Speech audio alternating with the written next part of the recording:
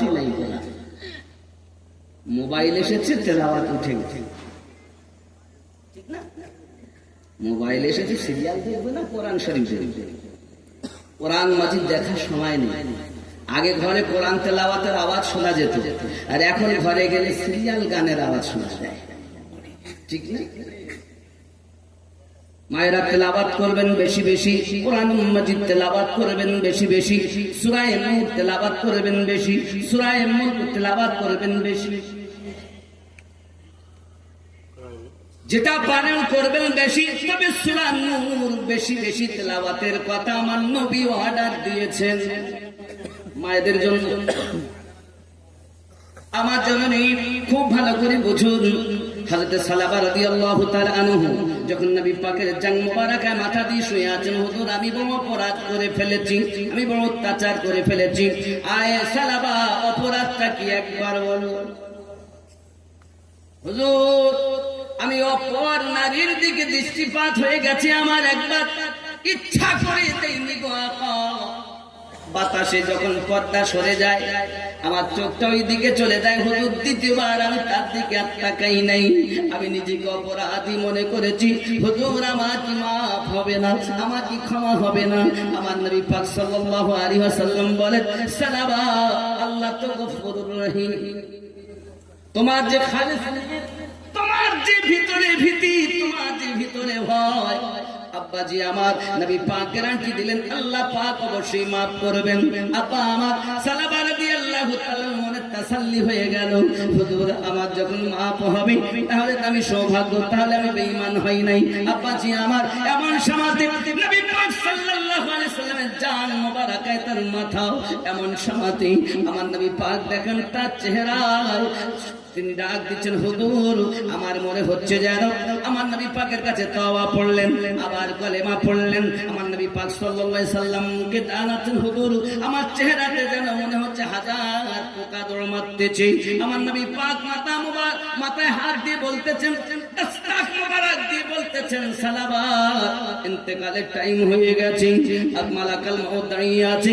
ও সোনা মানিকেরা, আমার নবী পাকের জান মোবারক যার মাথা আর যার রূহটা পার হয়ে যায়, এরকম নসিব কার না ইচ্ছা হয়। সুবহানাল্লাহ, সুবহানাল্লাহ। আব্বাজি আমার শুধু এতটুকুই নয়, দেখুন ইশক আলাদা জিনিস, প্রেম আলাদা জিনিস। প্রেম কাকে বলে বাবা? আল্লাহর হাবিব সাল্লাল্লাহু আলাইহি ওয়াসাল্লাম মক্কা নগরে ইসলামের দাওয়াত দিতেছেন। নবী পাকের শত্রু বাবা একজন ইহুদি, তার বাড়িতে একটা বাচ্চা আছে, ওই বাচ্চাটাকে শিক্ষা দেয় বাবা মুস্তাফা জানের রহমত। আল্লাহর হাবিব রাস্তা দিয়ে যদি যায় তাকে গালিগালাজ করবে, পাথর মারবে, কারণ তার মতো দ্বিতীয় দুশমন আর মক্কা নগরেতে নাই। ছেলেটা বাপের কথা শুনে বাপের কথা মোতাবেক রাস্তার ধারে গিয়ে দাঁড়িয়ে আছে। এমন সময়তে আমার কালী কামলিওয়ালা ওই রাস্তা দিয়ে রওনা দিয়েছেন। এমন সময়তে নিকটে যে আমার নবী গেছেন, আর আমার নবী পাকের চেহারা মুবারক পড়ার সঙ্গে সঙ্গে তার মনের হিংসা প্রেমে বদলে গেছে। বদলে যখন গেল তখন সে চিন্তা করলো এসেছিলাম মারার জন্য, গালি দেওয়ার জন্য, কিন্তু তার মুস্কি হাসি, তার চেহারা মোবারক আমাকে এক নজরেই পাগল করে দিয়েছে।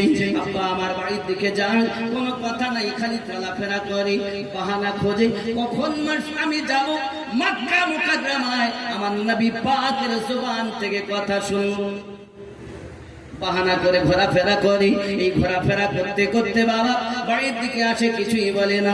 আব্বা আমার দিন রাত এমন হালাত হয়ে গেছে, যাওয়ার বাহানা পাচ্ছে না। যখন বাড়িতে খাওয়া দাওয়া বন্ধ করে দিয়েছি, চলাফেরা আপনার বন্ধ করে দিয়েছি, খায় না, একদিন দুই দিন তিন দিন এমন করে খাওয়া বন্ধ হয়ে গেল নবী পাকের প্রেমে।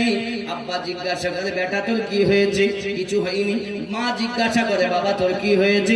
আমার কিছুই হয়নি। শুধু এই কথাই বলতেছে রে বাবা। এমন সমাধি মা পেরেশান, বাবা কি হয়েছে বল, তোর কিসে কি হলো? কিন্তু এটা অন্য রোগ নয়, এটি হলো প্রেম রোগ। একটা ছেলে একটা মেয়েকে বলছে, হ্যালো জীবন আমার গেল, কেমন আছো বলো, তুমি আমার জান, তোমার সঙ্গে বিয়ে না হলে থাকবে না এই জীবন। এর নাম দিয়েছে ভালোবাসা। এর নাম ভালোবাসা না, স্বার্থ খোলালেই আপনাকে চিনবে না। এর নাম হলো ভাঙা বাসা। এটা প্রেম নয়, প্রেম কখনো শেষ হয় না। প্রেম তাকিয়ে দেখো আব্বাজি আমার সোনা মানিকের, আপনার কিনা লাইলিকে তার দাসী ডাক দিয়ে বলতেছে, দাসী গো মজনু, আমি শুনেছি তোমার নাকি খুব ভালোবাসি, ওই মজনু আমার কোথায় কোথায় তাকে দেখতে পাবো? লাইলি ডাক দিয়ে বলতেছে, জঙ্গলে রয়েছে, জঙ্গলে, সে সব সময় আমার পাগল, আমাকে ভালোবাসে। এক কাজ করো দাসী, আমার এক পেয়ালা করে দুধ আমার মজনুকে দেখে আসবে। আব্বা আমার সোনা মানিকের, রাস্তায় দিয়ে লাইলির দাসী যখন আপনার দুধ নিয়ে চলে যাচ্ছে, একজন জিজ্ঞাসা করে কোথায় যাও? বলে মজনুকে দুধ দিতে যাই। আমি তো মজনু, বলছে আমি তো মজনু। সে তো দাসী চেনে না মজনুকে, ভাই তুমি দুধটা খাও। তাকে দুধ দিয়েছি। আর একজন দেখছে, হ্যাঁ ইয়ে তো মজনু না, দুধ খেয়ে নিল ফ্রিতে। দ্বিতীয় দিন দেখতেছে আর একজন, কি ব্যাপার, দুধ এনেছি মজনুর জন্য। বলছে আমিও তো মজনু। বলছে আমিও মজনু। দিয়ে বাড়ি এসে বলছে, ও লাইলি তুমি বলেছিলে না আমার একটাই মজনুতে দেখছি ডবল, তো এক পেয়ালা দিলে হবে না, দুধ একটু বেশি বেশি একটু বেশি করে দিয়েছে, নিয়ে গেছে, দুজন খায়। তৃতীয় দিন দেখছে আর একটা, চতুর্থ দিন আবার একটা। এবার বড় পাত্রে করে দুধ নিয়ে যায়, মজনুকে দুধ খাওয়াবে। আব্বা আমার দুধ খাওয়ানোর বাহানায় মজনুর দল ভর্তি হয়ে গেল। সব মজনু পেরেশান। দাসী বলতে যে বলেছিলেন আপনি একটা, কিন্তু এত মজনুর দল। লাইলি বলে এক কাজ করো দাসী, একটা চাকু আর পেয়ালা নিয়ে যাও, যাইয়া বলো লাইলি বলেছে দেহের রক্ত এক পেয়ালা দিতে, মজনুর রক্ত লাইলির প্রয়োজন। এখন পাত্রী পেয়ালা নিয়ে আর চাকু নিয়ে যখন আপনার কেনা দাসী ছুটেছে, যারা মজনু সেজে বসে আছে জঙ্গলের ধারে, তাদের কাছে গিয়ে বলছে, কই ভাই মজনু, লাইলি পেয়ালা রক্ত চেয়েছে, মজনুর রক্ত নাকি দরকার? ডান দিকে যখন বলতেছে তো বাম দিকের লোক আউট, সামনে যখন বলে তো পিছনের লোক আউট। সবার মুখে একটাই কথা, দাসী আমরা ওই মজনু নই যে রক্তের বিনিময়ে দুধ খাবো, আমরা হলাম ওই মজনু ফ্রিতে খাই, প্রেম করি আমরা, কিন্তু দিতে পারবো না রক্ত। আব্বা আমার দাসী বুঝতে পারলো এতদিন যাদেরকে দুধ দিয়েছে একটাও সঠিক নয়, সব নকল। শুধু মজনু সেজেছিল, আসল মজনু নয়। এমন সমাজে দাসী চিন্তা করে কোথায় পাবো? লাইলি তো বলেছিল জঙ্গলে থাকে, যাই না কেন জঙ্গলের দিকে, আগিয়ে যায় জঙ্গলের দিকে, দেখে একজন পাগল রাস্তায় বসে লাইলি লাইলি লিখতেছে রাস্তাতে। জিজ্ঞাসা করে কে গো তুমি?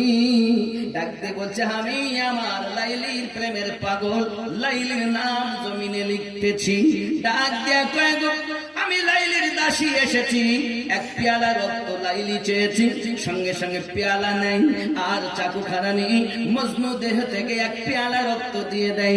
এমন সমাজে রক্ত নিয়ে লাইলির কাছে যায়, ডাক দিয়ে বলতেছে গো ওদা আমার মালকিন, আজ পর্যন্ত মজনুর কাছে আমি দুধ পাঠাতে পারিনি, আজ আমার বিশ্বাস হয়েছে মজনু হাজার নয়, মজনু একা, যে আপনার প্রেমে সত্যি পাগল।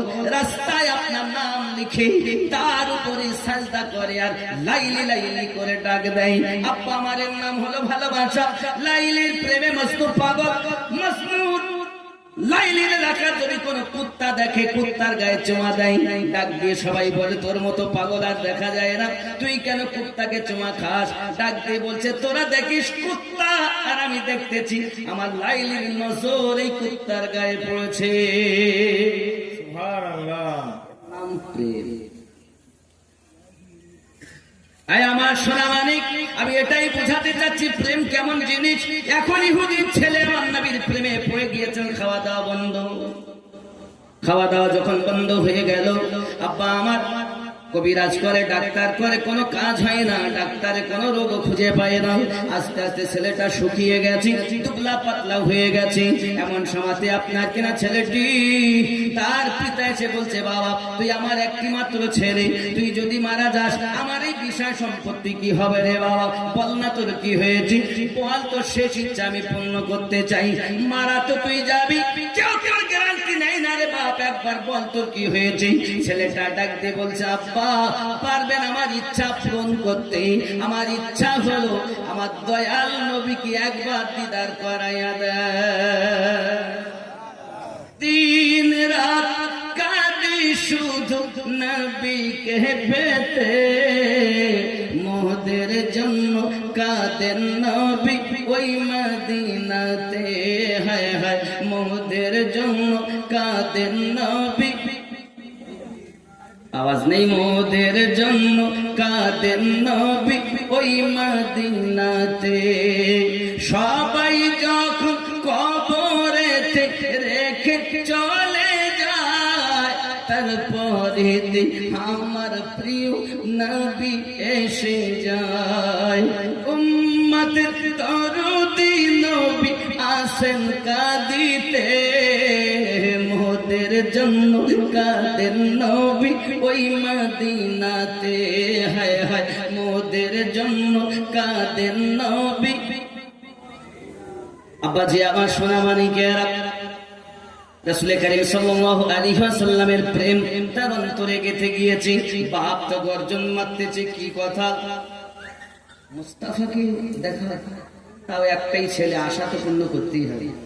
সংবাদ পাঠানো হলো, এটাই সংবাদ, ওগো আল্লাহর হাবিব আপনার একটা ছোট্ট আশিক মরণপূর্ণ ভাব, একবার তাকে শেষ দেখা দেখে যান। উম্মতের দরুদি নবী পৃথিবীর সরজমিনে এই ছোট্ট আশিকের কথা শুনি আর থাকতে পারলেন না। সাহাবী রাসূলগণকে নিয়ে নবী আমার রওনা দিয়েছেন। জোরে বলি ইয়া রাসূলুল্লাহ, ভক্তি ভরে আল্লাহুম্মা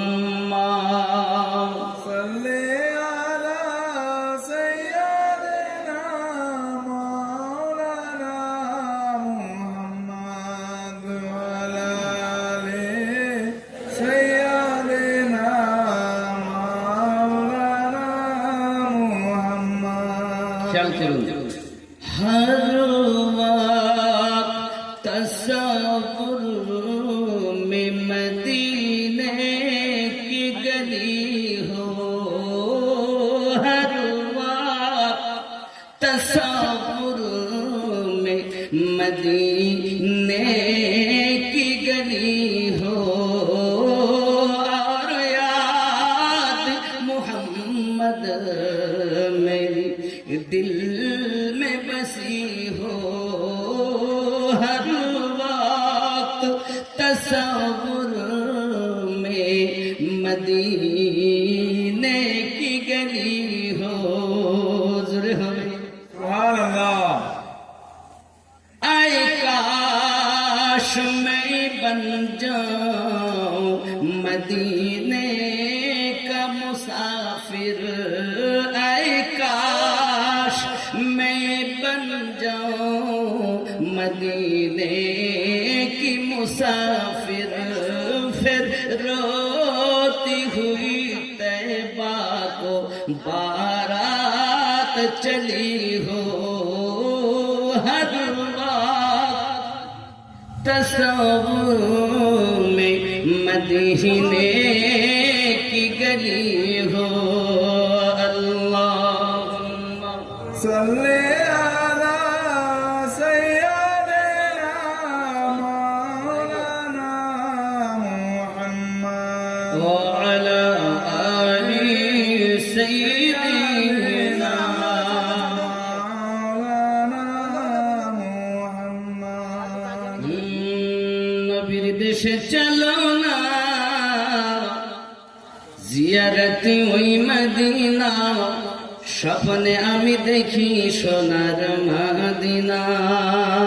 सुभान अल्लाह, सुभान अल्लाह।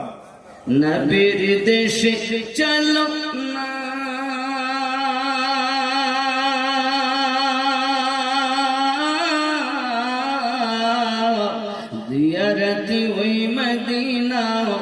স্বপ্নে আমি দেখি সোনার মদিনা আমার নবী সোনার ছবি দো জাহানের নূরের নবী সেই নবীকে দেখার তরে মন হলো মোর দিওয়ানা স্বপ্নে আমি দেখি সোনার মদিনা নবীর দেশে চলো না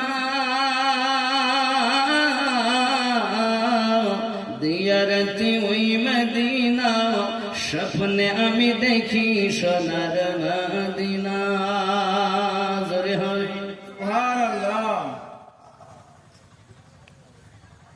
খোদা তোমার কাবার ঘরে নিয়মদের মেহমান করে কত হাজিরা সব তাফ করে মোদের কেন ডাকো না স্বপ্নে আমি দেখি সোনার মদিনা আল্লাহুম্মা সাল্লি আলা সাইয়্যিদিনা মাওলানা মুহাম্মদ ওয়া আলা আলি সাইয়্যিদিনা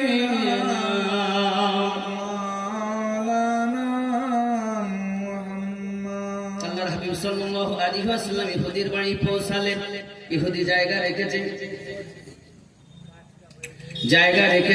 আব্বাজি আমার নবী পাক গেলেন সেখানে বসলেন এমন সময়তে বাপ যে বেটাকে বলতেছেন বাবা রে যার প্রেমে তুই পাগল চোখ একবার খুলে দেখ তিনি আমাদের বাড়িতে চলে এসেছেন যদি বলুন সুবহানাল্লাহ সুবহানাল্লাহ মরা দেহে যেন জীবন ফিরে পেয়েছে চোখ পেয়ে দেখেন আমার নবী পাক সম্মুখে দাঁড়িয়ে যে চেহারা দেখে আজ বেতাব ছেলেটি চোখ দিয়ে পানি ঝরছে আর বলছে ইয়া রাসূলুল্লাহ ইয়া হাবিবাল্লাহ আমার হালাত এমন হয়ে গেছে আমার নবী পাক বলেন এক কাজ করো জলদি করে কলেমা পড়ে নাও আমার নবী পাক কলেমা পড়ালেন লা ইলাহা ইল্লাল্লাহ মুহাম্মাদুর রাসূলুল্লাহ সাল্লাল্লাহু আলাইহি ওয়াসাল্লাম নবী পাক ডাকতে বলেন বলে এখন কেমন তোমার মেহসুস হয় হুজুর মনে হয় আমি আর বাঁচবো না আমার নবী পাক বলেন কি তাহলে কি মনে হচ্ছে হুজুর হয় আমি বাঁচবো না আমার নবীকে বলেন হুজুর আমার উপায় কি আল্লাহর হাবিব বলেন দুনিয়ার গ্যারান্টি আমি নবী নিলাম তোমার কবরের গ্যারান্টি নিলাম পুলসিরাতের গ্যারান্টি নিলাম আর জাহান্নাম থেকে বার করে জান্নাতের সার্টিফিকেট দিলাম সুবহানাল্লাহ জান্নাতের গ্যারান্টি নবী দিচ্ছেন ওই ছোট্ট বাচ্চাকে আমার নবী পাকের কাছে কলেমা পড়লেন সঙ্গে সঙ্গে তার সমস্ত গ্যারান্টি আমার নবী পাক নিলেন নবী এইভাবে আপনার কিনা নিয়ে চলে আসতেছেন এমন সময়তে বাবাজি আমার মালাকাল মাউত দাঁড়িয়ে আছে এমন সময়তে মালাকাল মাউত তার রূহটা নিয়ে চলে গেল পিতা দেখতেছে কি উপায় বাচ্চা তার এখন আমার উপায় কি আমি আর দেখে কি করব কলেমাই যখন পড়েছে নবী পাককে বলেন এই বাচ্চা এখন আমার নয় আমি ইহুদি সে হলো মুসলমান বাচ্চাকে আপনি নিয়ে যান আমার আপনার নবী পাক বলে আমার ছোট্ট আশিকের দেহ একটু ঝুমঝুম করে তাকে নিয়ে যেতে হবে ঝুমতে ঝুমতে নিয়ে যেতে হবে মদিনাতুল মুনাওয়ারার অলিতে গলিতে তার দেহ মোবারকানি আপনার ঘোরানো হয় আর দেখানো হয় এই মদিনাবাসী তাকায়া দেখো এটা হলো ছোট্ট আশিক আমার নবী পাকের প্রেমের পাগল এর দিকে সবাই দেখো আমার আপনার নবী সাল্লাল্লাহু আলাইহি ওয়াসাল্লাম ওই আপনার দেহটাকে ঘোরানোর পর লাশ পচে দেহ পচে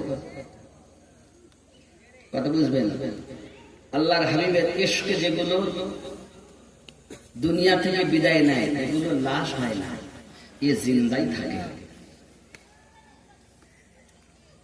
বাপজি আমার এই অনেক কথা বলতে গেলে তো যাই হোক বিষয় হলে এতটুকুই ওই রুহুবিহীন দেহকে ঘোরানো হচ্ছে কিন্তু আমাদের চলতি ভাষায় দেহে যখন রুহু না থাকে তখন এর নাম লাশ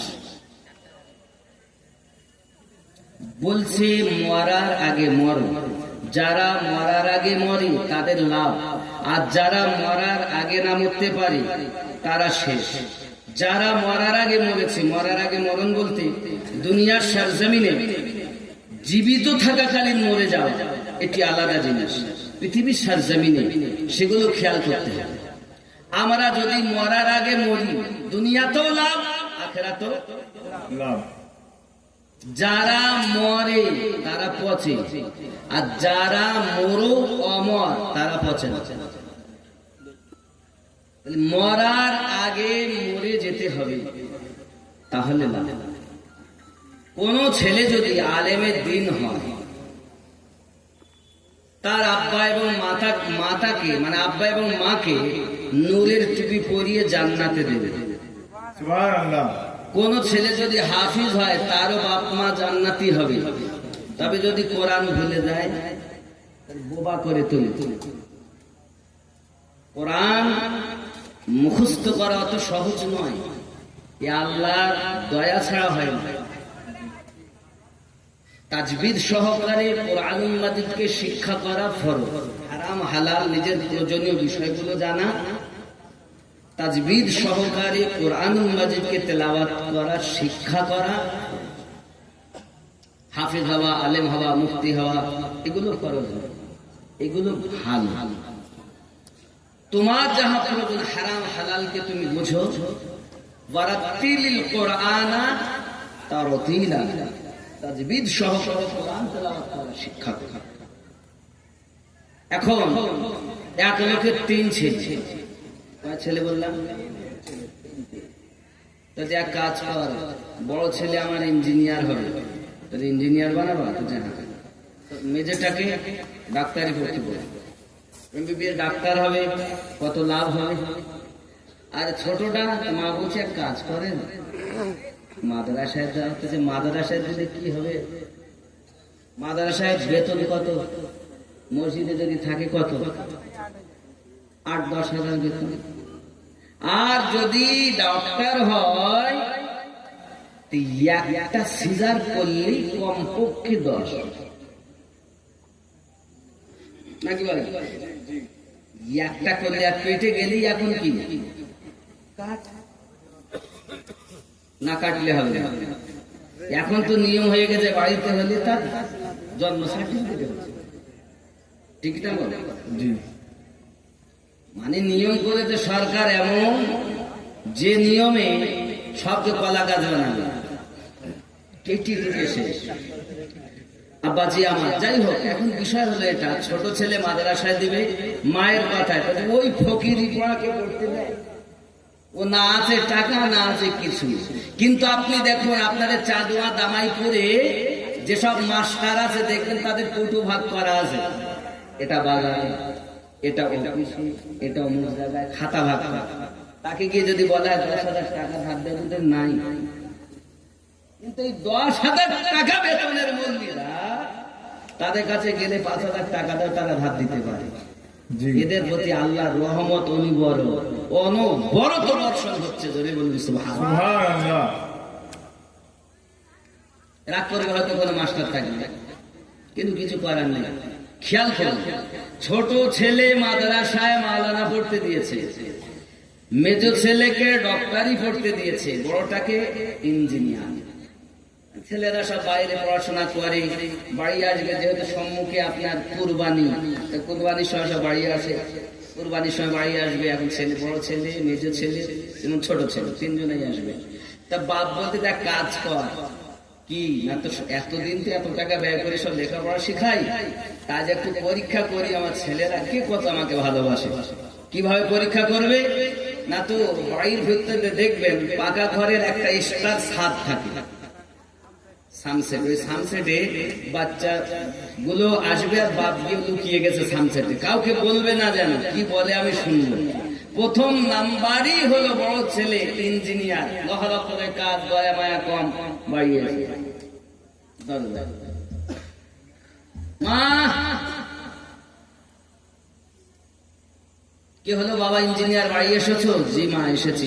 মা কাঁদছে বাহানা করে, বা তুমি কাঁদছো কেন? তোর আব্বা আমাকে মেরেছে। কি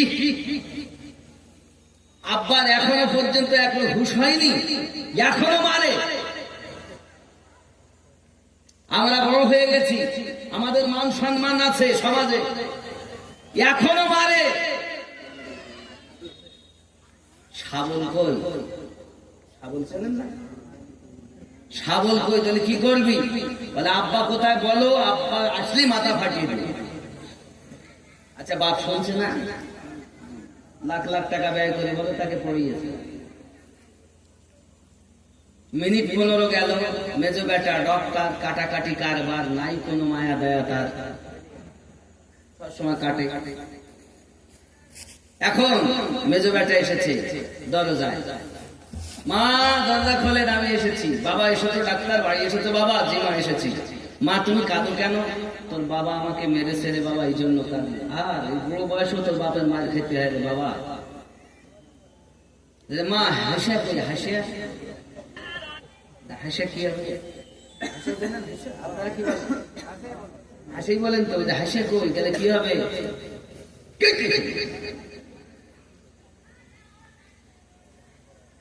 দয়া মায়া নাই, বাপ শুনছে। মিনিট 20 গেল, দরজার সামনে ছোট বেটা, আসসালামু আলাইকুম ইয়া আহলাল বাইত। এত সময় ইংরেজদের শিক্ষা ছিল, মা দরজা খোলো। এবার রাসূলের শিক্ষা হচ্ছে, আসসালামু আলাইকুম ইয়া আহলাল বাইত। আল্লাহর করুণা, আল্লাহর শান্তি বর্ষিত হোক বাড়িওয়ালাদের উপরে। জোরে বলুন সুবহানাল্লাহ। মা বুঝতে পেরেছে ছোট ছেলে এসে দরজা খুলে দিয়েছে। আচ্ছা আপনাদেরকে সালাম দেন দরজায় গিয়ে। জালসা করে লাভ, যদি আজকের এই জালসা থেকে শিক্ষা নিতে পারেন, ইংরেজদের শিক্ষা নয়, রাসূলুল্লাহর শিক্ষা। দরজাতে গিয়ে আপনি বাড়িতে প্রথমেই সালাম দিবেন, আসসালামু আলাইকুম ইয়া আহলাল। বিবি যদি থাকেন জানবেন স্বামী এসেছে, সন্তান যদি থাকেন আব্বা এসেছে, মা যদি থাকে আমার বেটা এসেছে, কলিজার টুকরা এসেছে, আব্বা মা সবাই একটাই কথা বলবেন, ওয়ালাইকুমুস সালাম। আল্লাহ রহমত ওই বাড়িতে বর্ষণ হবেই। সুবহানাল্লাহ। কিন্তু আমরা তো সালাম দিই না। আমার বাড়ি আমার ঘর, কাকে সালাম দিব? নবীর শিক্ষাই নাই। ছেলেটা আমার নবী পাকের বুলি বলতেছেন, বাবা মা জননী কান্না করতেছেন। বেটা বলতেছেন, মা কাঁদেন কেন? কাঁদেন কেন? ডাক দিয়ে বলতেছেন, বাবা রে কত সুন্দর কথা বললি, কাঁদেন কেন? আর আগে বলেছে কাঁদছো কেন, এবার কাঁদেন কেন? এমন কেন কথা যে আমার নবী পাকের মাদ্রাসায় শিক্ষা গ্রহণ করে, আমার নবীর রঙে রঙে যায়। কারণ কি জানেন বাবা? আমার প্রিয় নবী সাল্লাল্লাহু আলাইহি ওয়াসাল্লাম রাস্তা দিয়ে যাচ্ছেন, সাহাবী রাসূলের পিছনে একটি কুত্তা শুয়ে আছে রাস্তার মাঝে। আমার নবী পাক বলেন, আপনি সরে যান। সাহাবী রাসূলরা পার হলেন, নবী পাক বুঝে গেলেন, কুত্তা সরে গেল। হুজুর আপনি একটা কুত্তাকে আপনি বললেন? নবী পাক শিক্ষা দিলেন, সাহাবী রাসূল আমার জবান থেকে যেন তুই বা তুমি না বার হয়, এজন্য আমি আপনি কুত্তাকে বলা উম্মতকে শিক্ষা দিয়েছি। সুবহানাল্লাহ। আর এখনকার ছেলেরা এত লেখাপড়া করেছে, তুই মানে আপনজন, তুমি মানে আপনজন। আব্বাকে যে আপনি বলে কথা বলতে হয়, মাকে যে আপনি বলে সম্মান সূচক কথা বলতে হয়, মায়ের জুতার সঙ্গে বিয়াদবি করলেও বিয়া। মায়ের দিকে যদি মায়ের নজরে তাকায়, কবুল হজের সওয়াব আমলনামায় লিপিবদ্ধ হয়। সুবহানাল্লাহ। সুবহানাল্লাহ। তাকাই কেউ মায়ের নজরে? বউকে পেয়ে মা ভুলে গেছে, বউকে পেয়ে বাপ ভুলে গেছে। আর এসে হুজুর এসে আসসালামু আলাইকুম, বদমাইশ এই হুজুরের হাতে চুমা দে তো লাভ। আগে মায়ের হাতে চুমা দে, মায়ের কদমে চুমা দে, বাপের কদমে চুমা দে। তোমার বাপ তোমার মায়ের যে জুতাগুলো আছে, এই চপ্পল গুলোতে পা দেওয়াও একটি সন্তানের জন্য বিয়া দেয়া। আদবই তো শিক্ষা দেয় না, ইলম পরে আদব আগে, আদববিহীন ইলম কোনো মূল্য নেই। কথা বুঝবেন?